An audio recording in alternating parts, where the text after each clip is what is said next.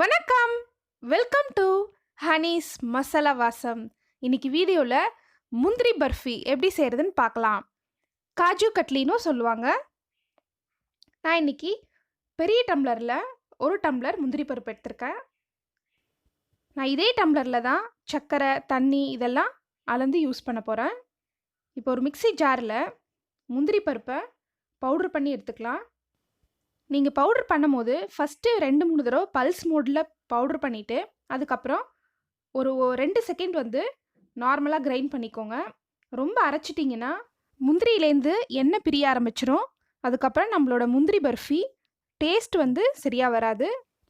Powder பண்ணும்போது கொஞ்சம் கவனமாக பவுடர் பண்ணி எடுத்துக்கோங்க. இதை ஒரு ஜல்லடையில் வச்சு சலிச்சுக்கலாம்.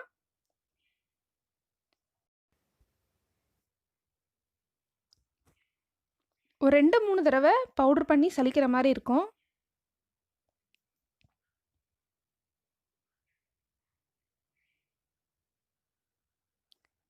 ஃபஸ்ட்டு தடவை பவுட்ரு பண்ணும்போது இந்த மாதிரி முந்திரியோட பீசஸ்லாம் கொஞ்சம் பெருசாக அரைப்படாமல் இருந்தது.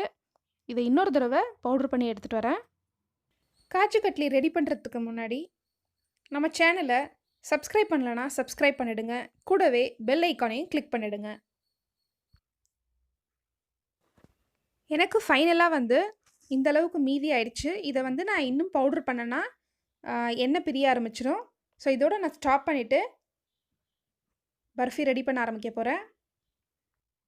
இப்போது ஒரு 4-5 ஏலக்காவோட விதையை மட்டும் எடுத்து நான் பவுட்ரு பண்ணி வச்சுக்கிறேன். ஏலக்காய் வந்து ஒரு நல்ல ஃப்ளேவர் கொடுக்கும் நம்மளோட முந்திரி பர்ஃபிக்கு. முந்திரி அளந்த அதே டம்ளரில் 1/4 டம்ளர் கொஞ்சம் எக்ஸ்ட்ரா 2 டேபிள் ஸ்பூன் எக்ஸ்ட்ரா இருக்கும். அந்தளவுக்கு தண்ணி எடுத்துக்கோங்க. அது ஒரு கடாயில் சேர்த்துருங்க. சேர்த்துட்டு அதே டம்ளரில் 1/2 டம்ளர் வந்து சர்க்கரை சேர்த்துக்கிறேன்.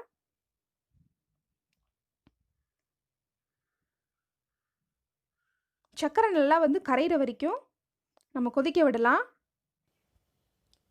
நம்ம பாகுப்பதம் பார்க்கணும். சர்க்கரை நல்லா கரைஞ்சதும் நீங்கள் கையில் தொட்டு பார்த்தீங்கன்னா பிசு பிசுன்னு இருக்கணும். ஸோ இந்த மாதிரி பிசு பிசுன்னு இருக்கணும்.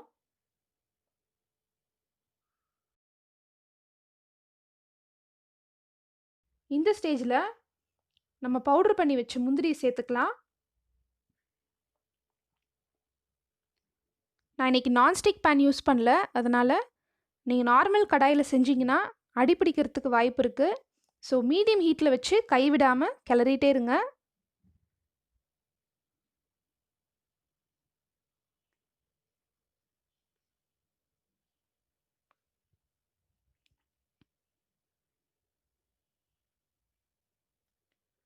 இந்த ஸ்டேஜில் நம்ம பொடி பண்ணி வச்ச ஏலக்காய் தூள் சேர்த்துக்கலாம். நான் சேர்த்துட்டேன். அது வந்து வீடியோ எடுக்க மறந்துட்டேன். ஸோ மறக்காமல் சேர்த்துருங்க.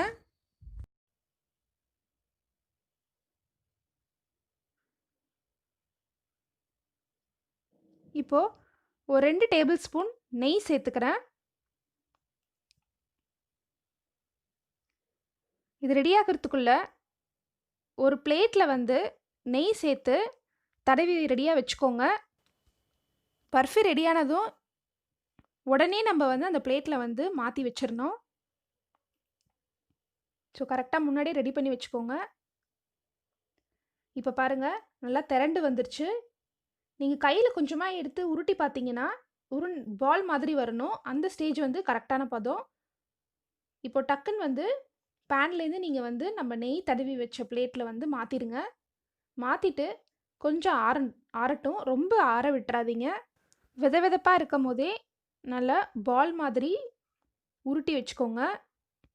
இப்போ ஒரு பட்டர் ஷீட் இல்லைனா ஒரு பிளாஸ்டிக் பேப்பரில் வந்து நெய் கொஞ்சமாக சேர்த்து தடவி விட்டுருங்க. இப்போ நம்ம பர்ஃபியை வந்து அதில் வச்சு அதுக்கு மேலே நம்ம பிளாஸ்டிக் பேப்பரை மூடி சப்பாத்தி கட்டையை வச்சு நம்ம விருப்பத்துக்கு ஏற்ற மாதிரி தேய்ச்சி எடுத்துக்கலாம். நீங்கள் இதெல்லாம் வந்து விதவிதப்பாக இருக்கும் போதே தேய்ச்சிடணும். ரொம்ப ஆற விட்டுட்டிங்கன்னா ரொம்ப இறுகிடும். ஸோ வெதப்பாக இருக்கும் போதே சப்பாத்தி கட்டையை வச்சு ஓரளவுக்கு திக்காக வந்து தேய்ச்சி எடுத்துருங்க.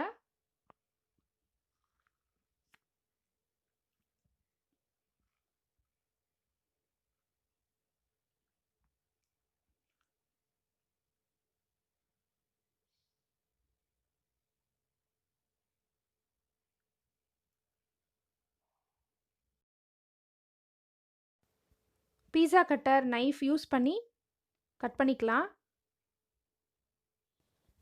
நமக்கு எந்த மாதிரி ஷேப் வேணுமோ அந்த மாதிரி நீங்கள் கட் பண்ணி வச்சுக்கோங்க.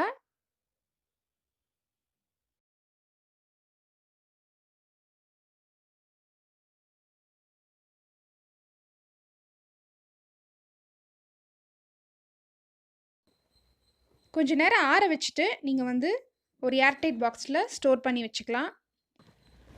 ரொம்ப ஈஸியாக எல்லாருமே செய்யக்கூடிய காஜு கட்லி ரெடி பண்ணியாச்சு. டேஸ்ட்டும் சூப்பராக இருந்தது. கண்டிப்பாக நீங்களும் வீட்டில் ட்ரை பண்ணி பாருங்கள். என்னோடய சேனலில் தீபாவளி வரைக்கும் தீபாவளி ரெசிபீஸ் அப்லோட் பண்ண போகிறேன். இந்த ரெசிபீஸ் எல்லாம் கண்டிப்பாக உங்களுக்கு யூஸ்ஃபுல்லாக இருக்கும். நீங்களும் வீட்டில் ட்ரை பண்ணி பாருங்கள். பிடிச்சிருந்தால் லைக் பண்ணுங்கள், ஷேர் பண்ணுங்கள், கமெண்ட் பண்ணுங்கள்.